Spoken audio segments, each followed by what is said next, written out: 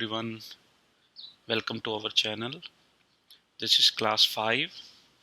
Today we will learn about understanding MySQL database with PHPMyAdmin. If you have not seen previous videos, kindly see so that you can learn from scratch. We are also creating some videos for the systems so that it will help you to right away just copy the code and just write it in your for your system. Okay, so let's get started. So basically PHPMyAdmin is a free software tool written in PHP intended to handle the administration of MySQL over the web. PHPMyAdmin supports a wide range of operations on MySQL and MariaDB. Frequently used operations like managing databases, tables, columns, relations, indexes, users, permissions, etc.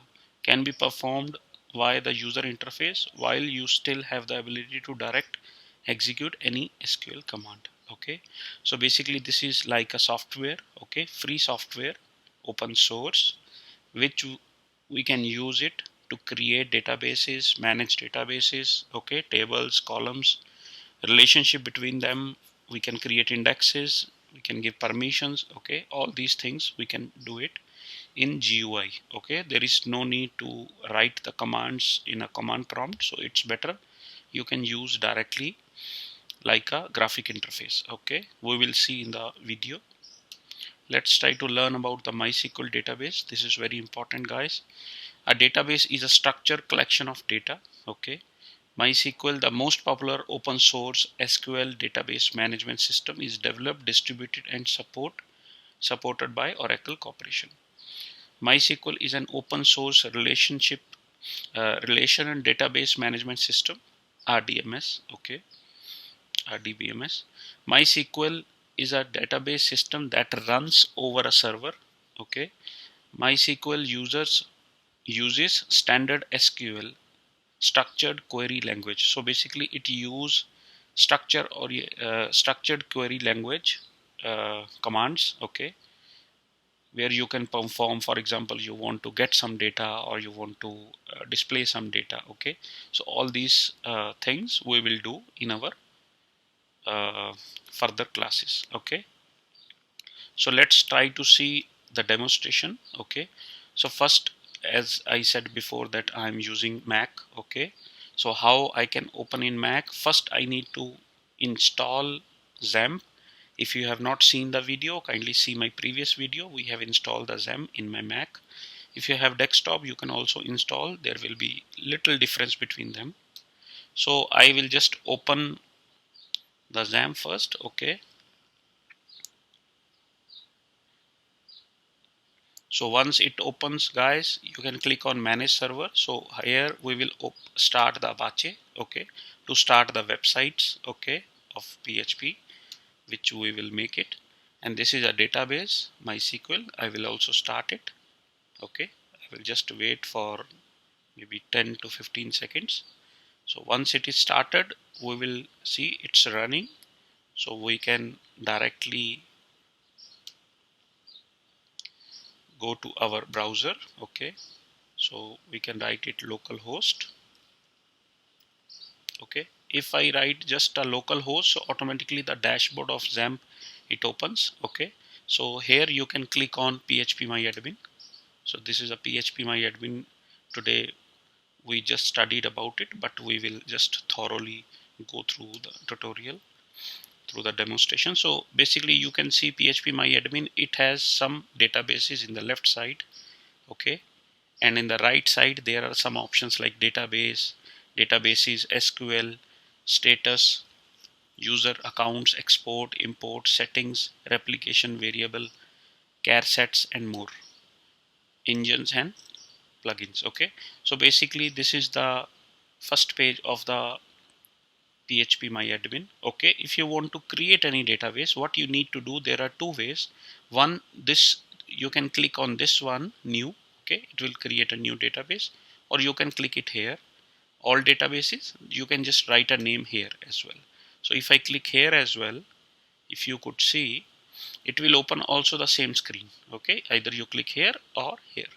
So I will just write a name. Okay, sorry, this is a class 5.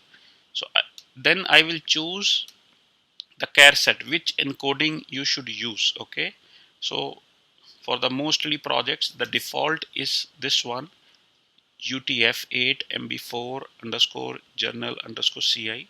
Okay, if you are using multi-language, then you can use it, but I would prefer you can use UTF-8 journal CI. This is widely using. Okay, the collision types. Okay, so what we can create, so I will just start to creating our first database. Okay, I will just click on create. So database has been created. If you can see, this is a new, this is a default databases, this is a test, so you should not do anything about them. Okay, just leave them. We will create our own database because you need to practice, guys. As I said before, that this tutorial, this all classes is about to telling you, to helping you, okay, to supporting you to understand the concept of programming. Okay, including the database, the designing. We will cover a lot of things in future. Okay, just be with us. So basically, class 5 database we have created, there are no tables. If you can see here, the tables will show. So what we need to do, second thing is the table. Okay, so what we can do, we can create a table here. Okay, we can give a name of the table. For example, we can give, this is a user table. Okay, so I just mention user, or users we can mention. Okay, this is a user table, and how many columns you need it. For example, first would be the ID. Okay, ID is a unique ID of each table, it should be there. Okay, which will be auto incremented. I will show you in detail maybe in further videos. So we will create 4 columns for now as a default. Okay, I will just click on go. So if you can see, the table name is users. Okay, so one is as, so if you want to add more columns, you can write it here. So now if you can see, there are 4 columns. Okay, they want the name. So let's just give the name. For example, I just give a ID. So try to use the small case always, guys. Okay, don't use capital, use small case as a standard. Okay, of a programming. So then there is a type. What kind of ID should be? It should be int. Int means integer, numbers only. Okay, you cannot select ID as varchar, text, or any other type. Okay, length should be, it will be automatically. Okay, no need to do anything, default. So if you want to default, if you want to give any value to this, for example, I want to mention that ID should be 5 automatically every time. If I add any record, then it should be 5, so you can mention it here. Or you want to give a null, that it should not, null means nothing. Okay, blank value. So I will not do anything for this. Collision type, I have it already. If I want to change it, you can change it here for this column only. Okay, attributes, attribute nothing to do with this. Null, index, AI means automatic increment. So every time I will add a record, so automatically increment is required. Okay, if you click it here, so automatically the primary key will be selected. If you can see, the index is primary key because this is a primary key of the table. Primary means the main key. Okay, which will be unique.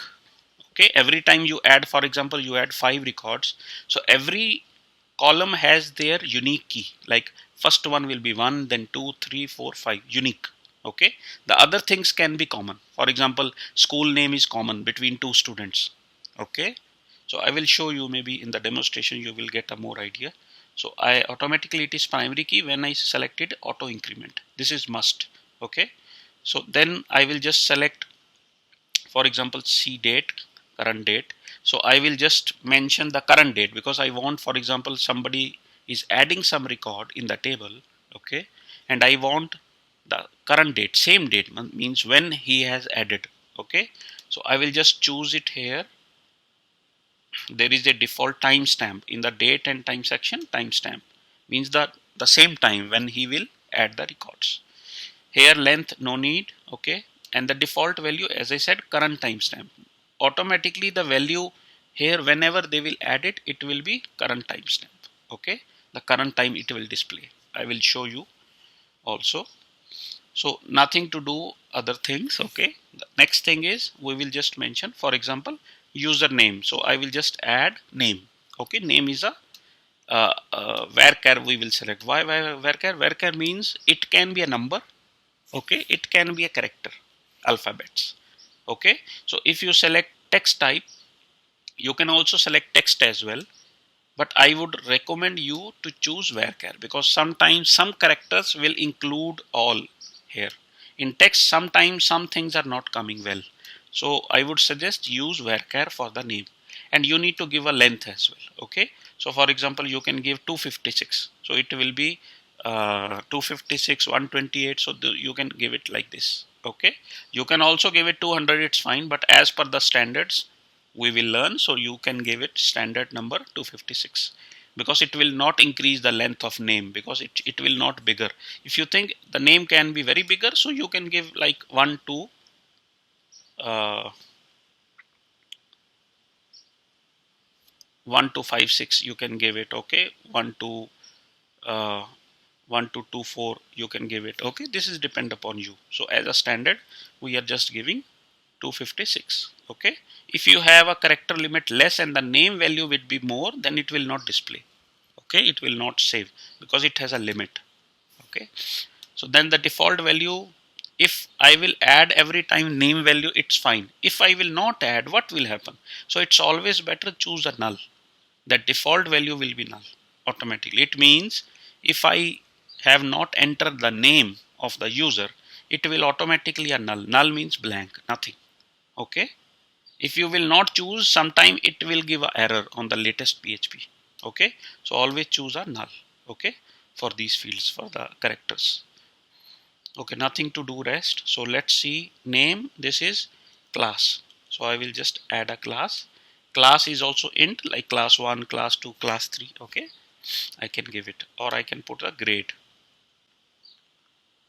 Okay, so basically grade we have selected. Okay, so here it will be int and nothing to do it here anything. Okay, so I will just enter the username and their grade, student name and the grade. That's it. So I will just save these values. Okay, you can just save it from here. Okay, once you save, if you can see, this is a table. So table has been created under the database. Okay, there will be 4 columns: id, cdate, create date, name and grade.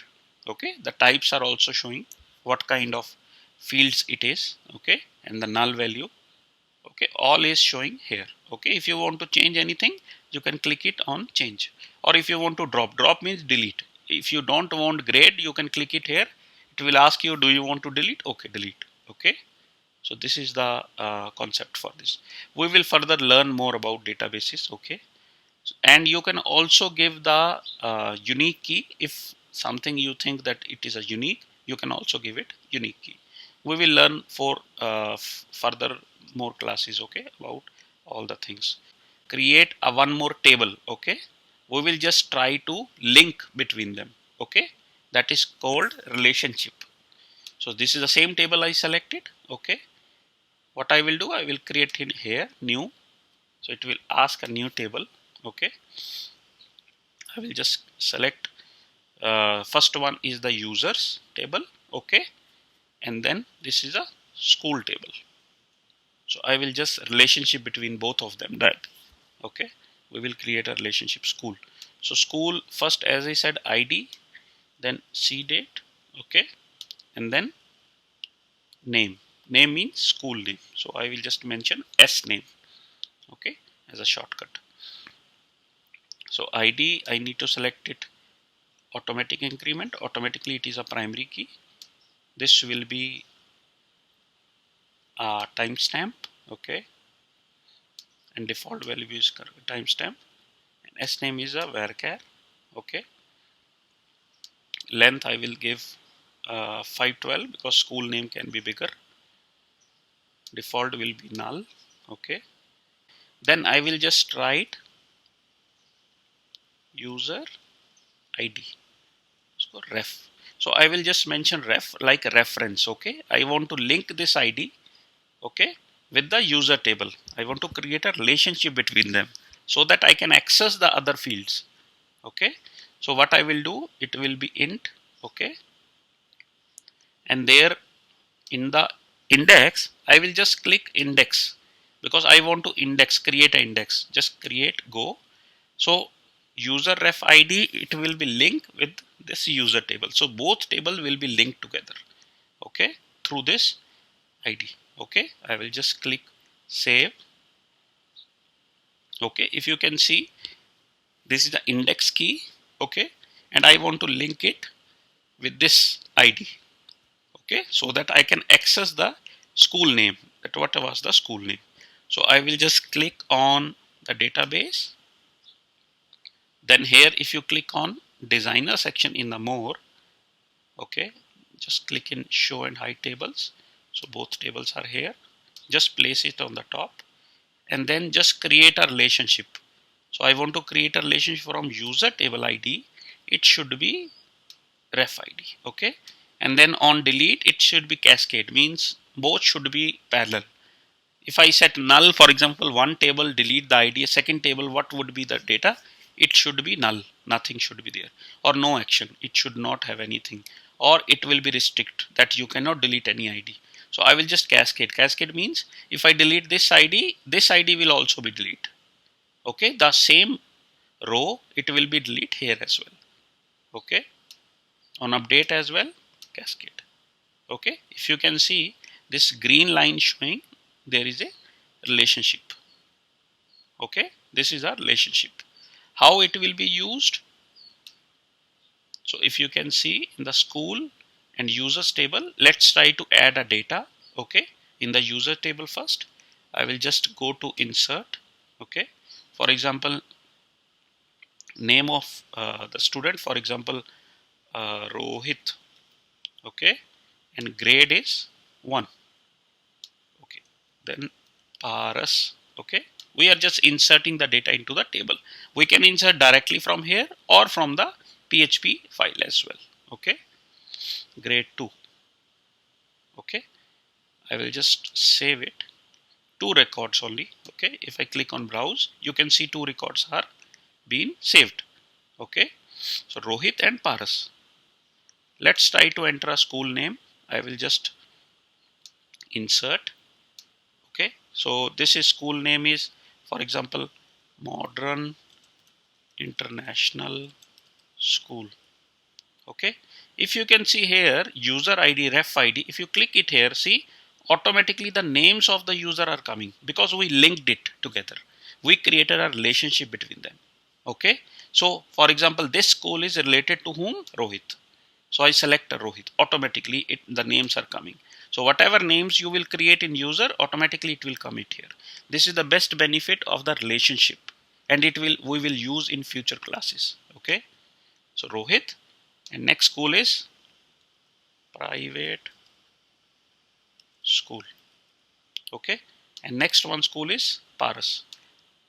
Okay, so automatically the names are coming. If I click go, if you can see it here, see school name, and in the rollover, if you see, automatically it is showing. So it is relationship between both tables, and I can also use their school name to print by the query as well. Okay, I hope this is clear. Okay, I will not further continue this class because I hope it is clear. Okay, so we just created the relationship between 2 tables, and we have created a database. Okay, and we created 2 tables, and we learn how to create the columns. Okay, in further classes we will learn more about it. Okay, through the PHP file, how we can insert, how we can get it. So be with us. If you have any questions, please let us know. Thank you so much. Have a good day.